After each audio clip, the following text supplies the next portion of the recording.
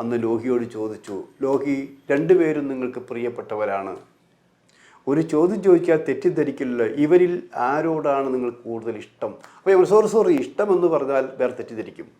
ഇവരിൽ ആരാണ് മികച്ച നടി എന്ന് ചോദിച്ചാൽ നിങ്ങൾ ഉത്തരം പറയും എന്ന് ചോദിച്ചു. അപ്പോൾ ലോഹി പതുക്കൊന്ന് ചിരിച്ചു. ഇത് എന്നെ വെട്ടിലാക്കാൻ പോകുന്നൊരു ചോദ്യമാണ്. ഞാൻ ഒരു ദ്രോഹവും ചെയ്തിട്ടില്ലോ വല്ലിശ്ശേരി, നിങ്ങൾ എന്തിനാണ് എന്നെ വെട്ടിൽ വീഴ്ത്തുന്നത്?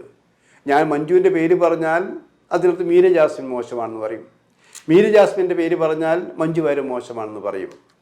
ഞാനൊരു കാര്യം പറയട്ടെ, എൻ്റെ ഈ 2 കണ്ണുകളുണ്ട്.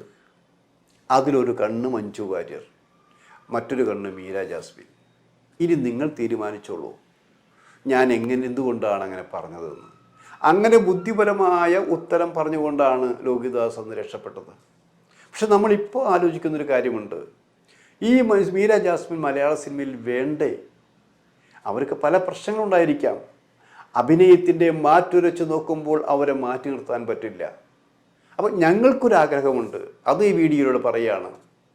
ലോഹിതദാസിൻ്റെ ഈ 2 പ്രഗത്ഭ നായിക നടിമാരെ ഒരുമിച്ച് ഇന്നേ അവർ അഭിനയിച്ചിട്ടില്ല. ഇവരെ 2 പേരെയും ഒരുമിച്ച് അഭിനയിപ്പിക്കാൻ ആരെങ്കിലും മുന്നോട്ട് വരുമോ? വലിയ ബാനറുകളുണ്ട്, അല്ലെങ്കിൽ മഞ്ജു വാര്യർക്ക് തന്നെ സ്വന്തം നിർമ്മാണ കമ്പനിയുണ്ട്. അങ്ങനെ ഏതെങ്കിലും നിർമ്മാണ കമ്പനി മഞ്ജുവിനെയും മീര ജാസ്മിനെയും അഭിനയിച്ചുകൊണ്ട് ഇവർ അഭിനയത്തിൻ്റെ മാറ്റുരയ്ക്കാൻ വേണ്ടി അവസരമുണ്ടാകുമോ? ഒന്ന് ശ്രമിച്ചു നോക്കൂ.